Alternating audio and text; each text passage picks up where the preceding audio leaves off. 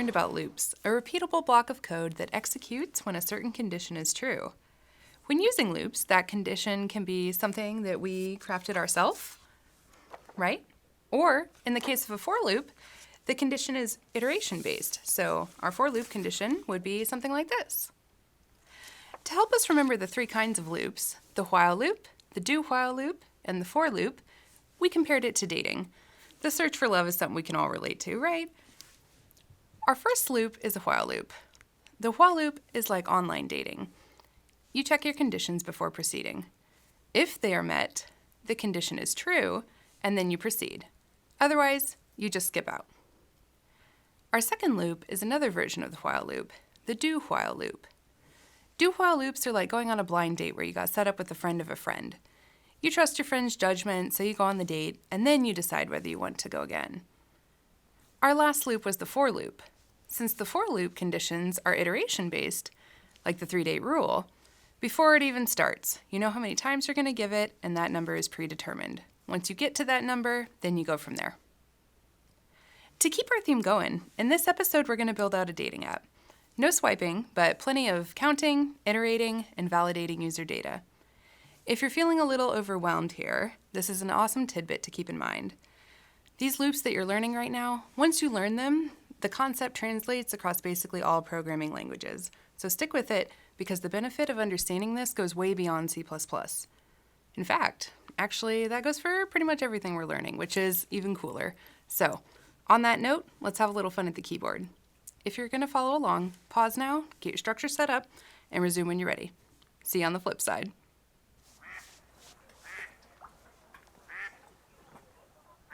Oh, hey, nice to meet ya. I'm Amberly. I've really been looking forward to our plans today. It seems like we have a lot in common with our programming interests, and I really like a big bill, so I'm looking forward to it. Shall we? So, by now, you guys know that I'm a prepper. Not that kind. I just love me some good planning. So naturally, I made a flowchart for our program. So first we're going to start our program off by showing the user an introductory menu.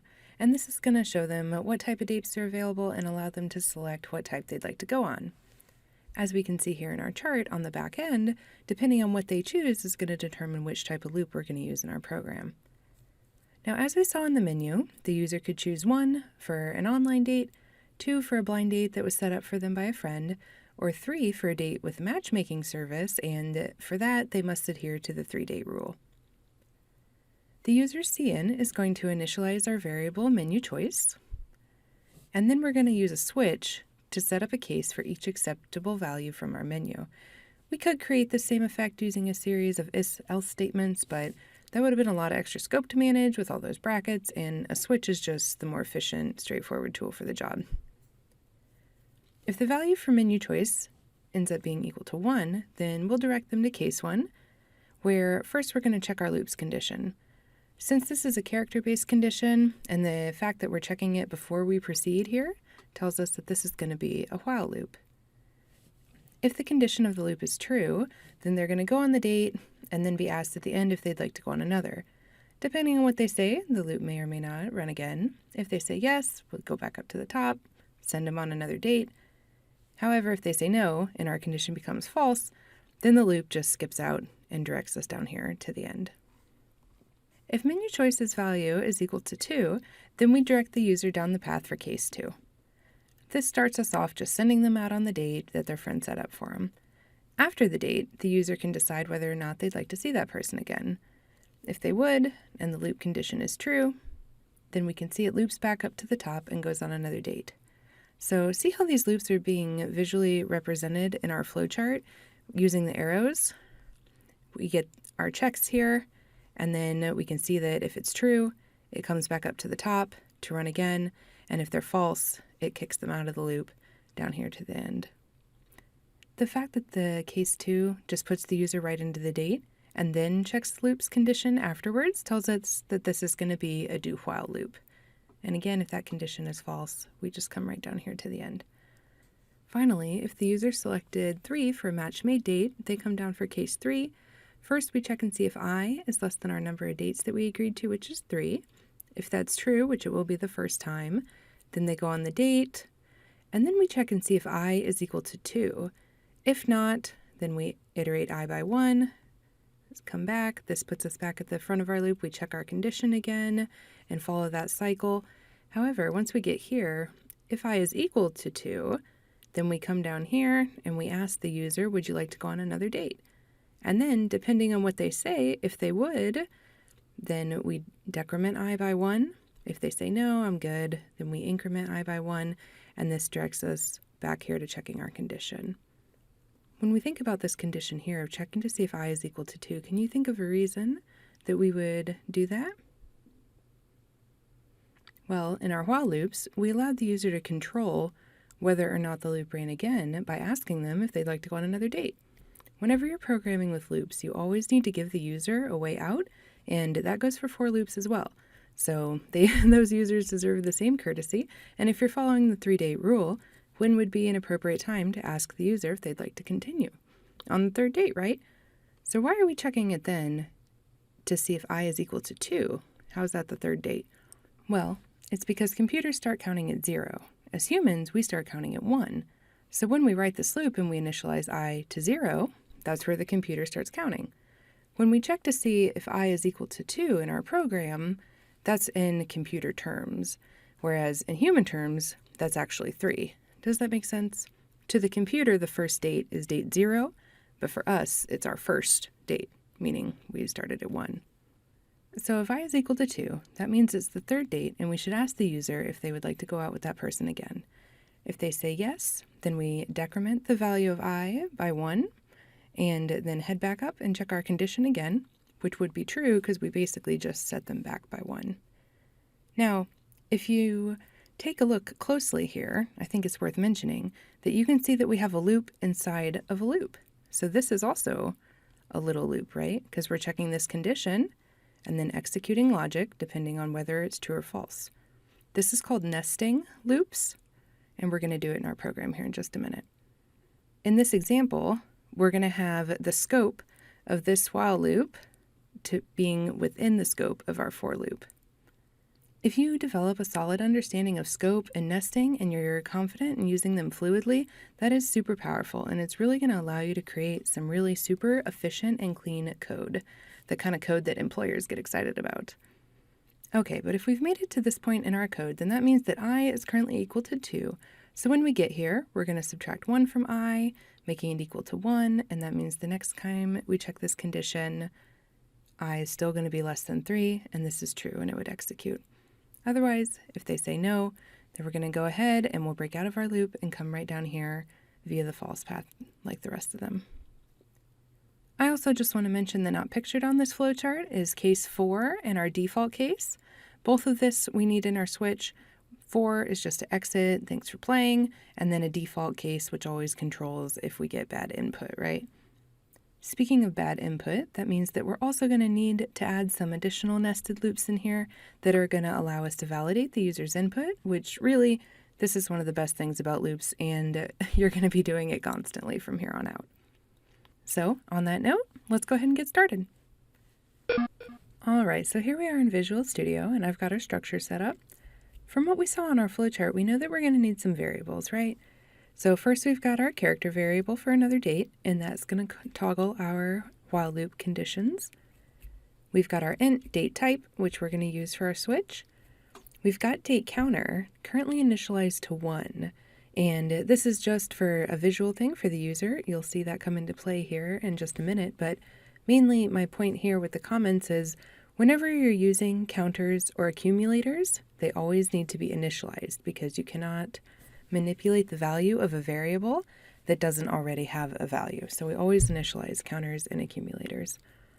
Next, we've got our const int numDates. So this is for our 3-date rule. And since it's always going to be constant, we'll just set it up that way right now. Now, here we've got some stuff that we haven't seen yet. This is kind of a little sneak peek. So what I've got right here is just initializing a random function that C++ supports. You can go on and read about this. This allows us to use random numbers, and you'll see how we're going to do it in this program. Don't worry too much about this right now. It's just adding some richness to the lesson.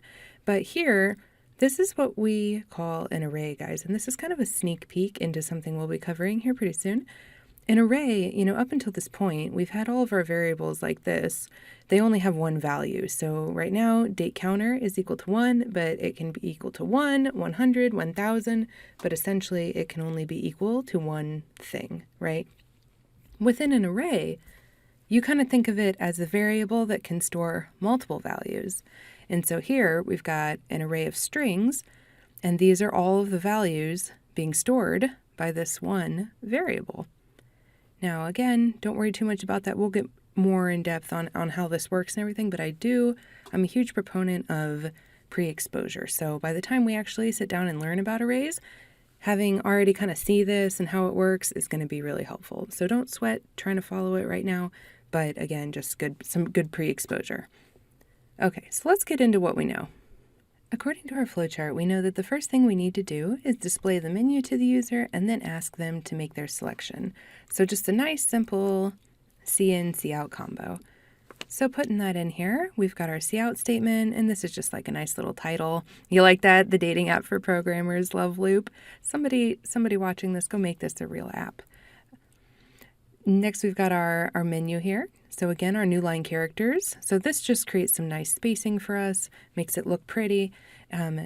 All of these selections on their own line. And then here we've got our CN for the date type. And this is what we're going to use to switch on. So before we build our switch statement, let's run this and just make sure it's looking the way that we want it to.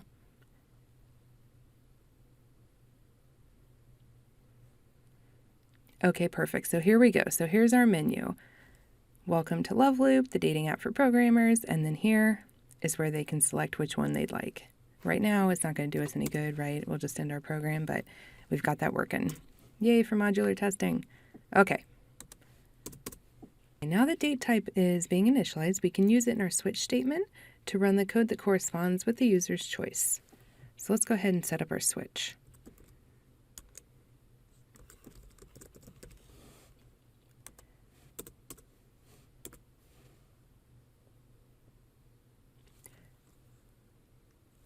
We know that we're going to need 4 cases because our menu has 4 options. So I'm just going to go ahead and bust those out real quick.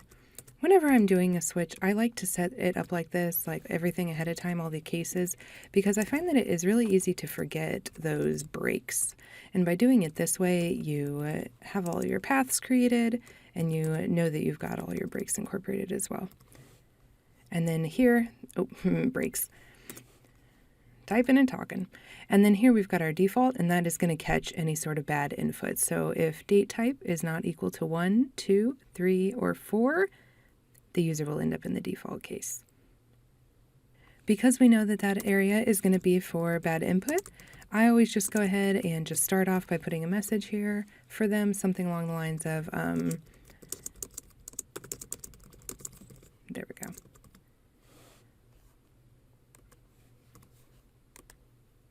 Okay, so back to case 1.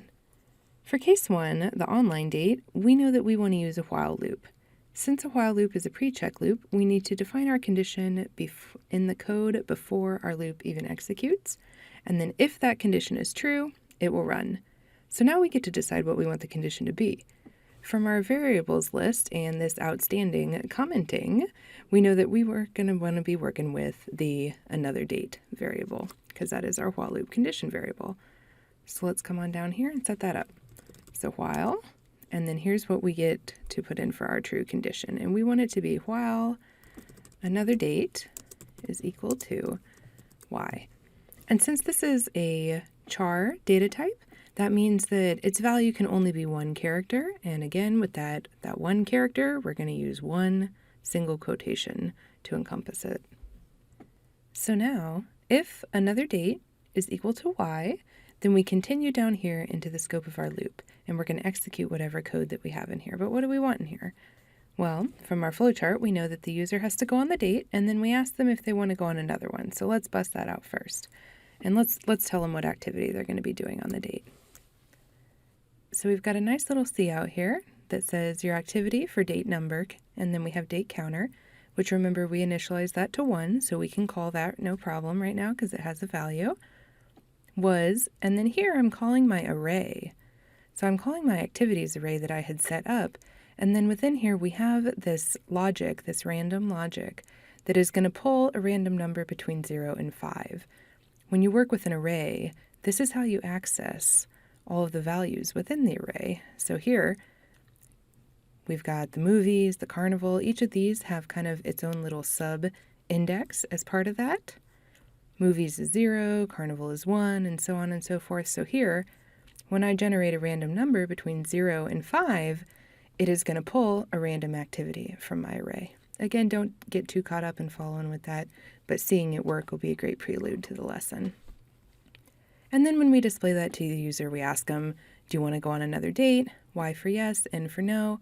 And then they have their chance here to get out of the loop by entering their choice for another date.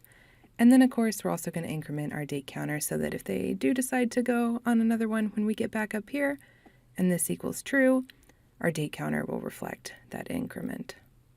Okay, let's test what we have so far here.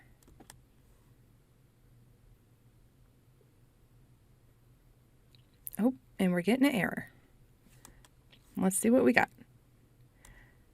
Okay, this says here, uninitialized local variable, another date being used on line 26. Okay, we go up to line 26. Oh, and there it is, while another date is equal to y, and we've got our little error line there. And you know what? The compiler is totally right. So right now, when we're running this, this condition has no chance of being true.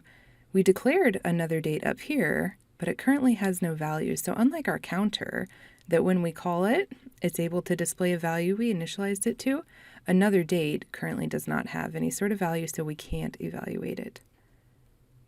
I let this run out on purpose to demonstrate this because I see a lot of learners skip this when they're thinking about like the logical steps. So in order to fix this, we just need to initialize another date. As I initialize this, I just want to point out that if we have initialized this to B or N or really any other character, we would not have gotten an error for that. The compiler wouldn't say, you know, hey, you wanted to have Y here. It just needs it to be initialized. So we need to be thinking about that as we initialize it here. Okay, there we go. All right, let's go ahead and try this again.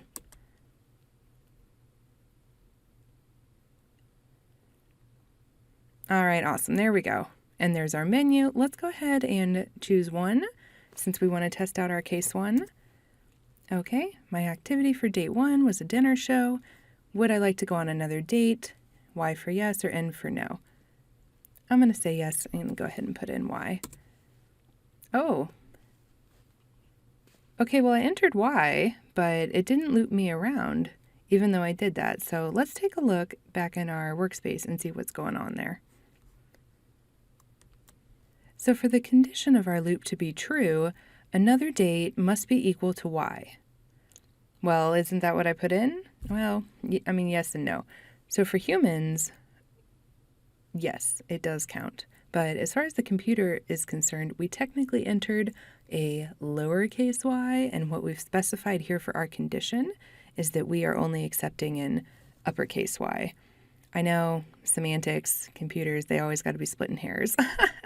I wonder if computers, if they ever refer to that for humans as splitting wires, you know, since they don't have hairs, but at any rate, I digress. So we need to tell the computer, the compiler here, that we are okay with a uppercase and lowercase y. So another date could also be equal to lowercase y. There we go. So while another date is equal to uppercase y or another date is equal to lowercase y, both of those would make our condition true. Let's go ahead and check it just real quick.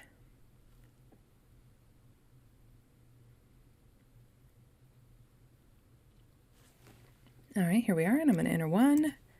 Okay, going to the movies, and then I'm going to say lowercase y.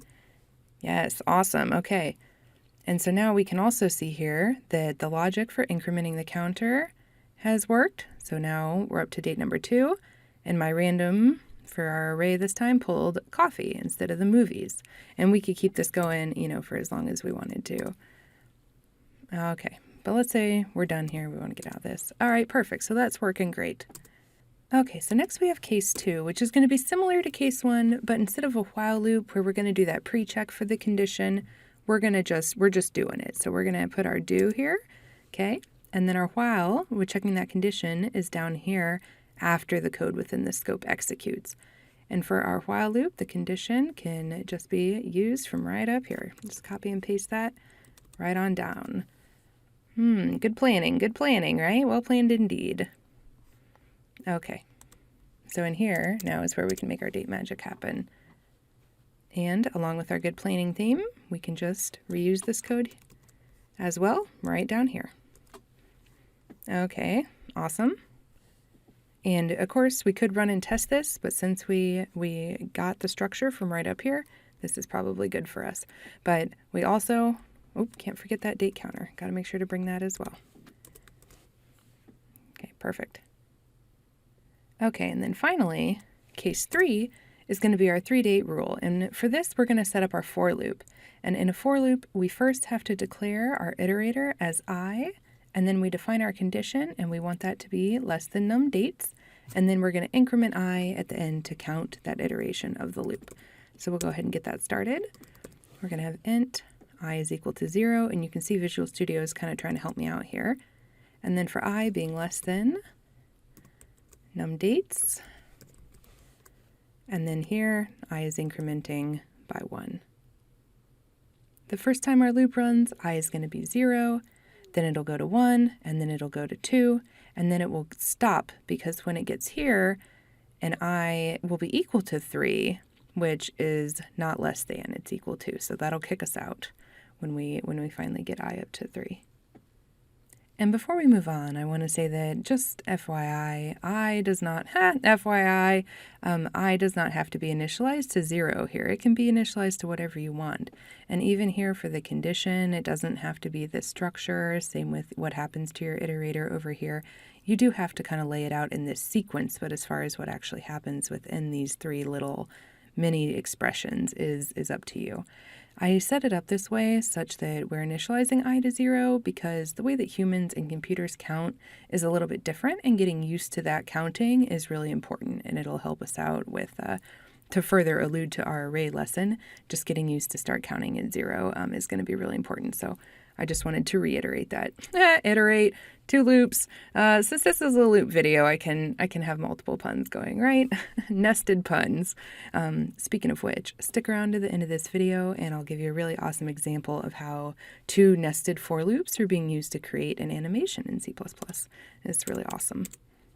Okay, but since our for loop is going to run super quickly, we should put a message in here that just lets the user know that they've been counted for a date each time it runs. And then when we get to our 3rd date, we need to give the user a chance to go on another date with the same courtesy that we gave our while loop users. So how do we do that in a for loop, though? Well, let's start with the logic structure that we've kind of already built from our while loop. So let's go ahead and we'll just copy and paste this down here. Okay. So the first time this runs, your activity for date number 1 was this. Would you like to go on another date? Enter Y for yes and N for no. Well, we know from our flowchart that we actually don't want to ask the second half of this question until it's the 3rd date, right? So I'm just going to cut this here, and we'll go ahead and just leave that expression right there for now. Now, from our flowchart, we saw that our condition was if I is equal to 2. So here, we'll just set up our check there, and again, because we're evaluating, we're using that double equal sign, and then now we can use that prompt that we just cut from our previous statement. Okay, we'll double there, okay, and then we'll just clean this up a little bit. Okay, put on a new line. So now, if I is equal to 2, that means it is the 3rd date. Remember, the computer is counting up to 2, and for humans, we're on number 3. So here we say, would you like to go on another date? Y for yes, N for no. Let's just go ahead and move up our CN. Okay, excellent. I love repurposing code, guys, if you couldn't tell. I'm a huge fan.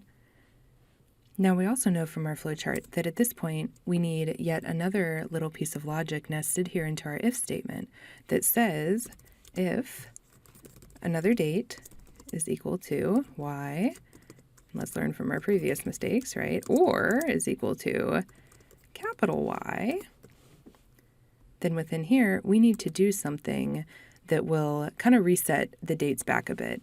Now, we can't manipulate num dates because it's a constant, so what we want to do is just decrement I1. And we want to do that because our condition is if I is less than num dates. By the time that we get here, if this had executed just, regularly, I would increment, it would get up here, it would be 3, it would be equal, that would kick us out to the end. So by decrementing I by 1, it just takes it back to 2. So basically our decrement here is going to kind of cancel out the increment that would happen when we get to the end of this loop. So this is just perpetually going to I is getting locked in now to having a value of 2 each time. And another bonus to that logic is that every time we run this now, moving forward, it is always going to ask the user, do you want to go on another date? So by kind of saying, yes, I do, it's not locking them into another 3 dates. It's just another single date. So again, good planning, good planning. Okay, let's run this baby and test our work.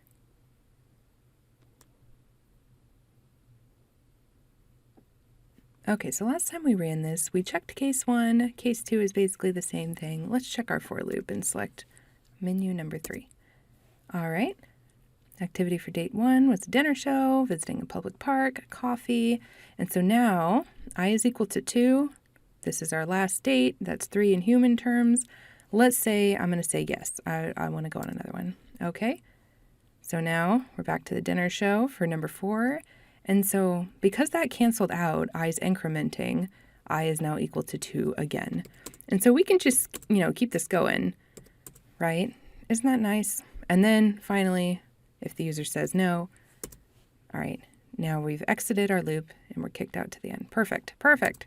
Okay, so now before I give you guys an out from our little lesson here, there's one more way that I want to talk about how we have users interact with loops. And this is often by using loops for data validation. I didn't put this in our app because it would have kind of clogged up the lesson that we were having. So here's a brief little mini lesson that you could apply to that one. And really, now that you know this, you should be validating data for all of your programs and users moving forward. So here we are, and here we've got a little basic do-while loop with our single variable here, just num, and we're asking the user to please enter a number between 1 and 10 in our cout, and then we've just got a cin here for num. Once num is initialized with the value from our user, we're going to ensure that it is between 1 and 10 by coming down here and seeing if num is greater than 10 or if num is less than 1. Now, I know you might be thinking, wait a minute, that is not between 1 and 10. Well, that's because our loops run when the condition is true. So if num is greater than 10 or if num is less than 1, then that means that the value for num is not between 1 and 10, and we need to run this again because they didn't give us what we asked for. Does that make sense? So it's kind of like approaching it from the opposite side. So if the user were to enter 15, then here num is going to be greater than 10. That's going to be true, and this is going to run again and then say, hey, we need you to enter a number between 1 and 10. Let's go ahead and see this in action. And this is going to be one of the most common ways that you're going to use loops in programming. I'm going to go ahead and add a new line character here just so it looks good. Okay, so here, please enter a number between 1 and 10. Let's try our example of 15. And again, because that is going to be greater than 10, we know that it's going to make it true, and we should run this again. Yep, here we go. And so now let's try -6. That's less than 1 on a number line, right? If you think of a number line.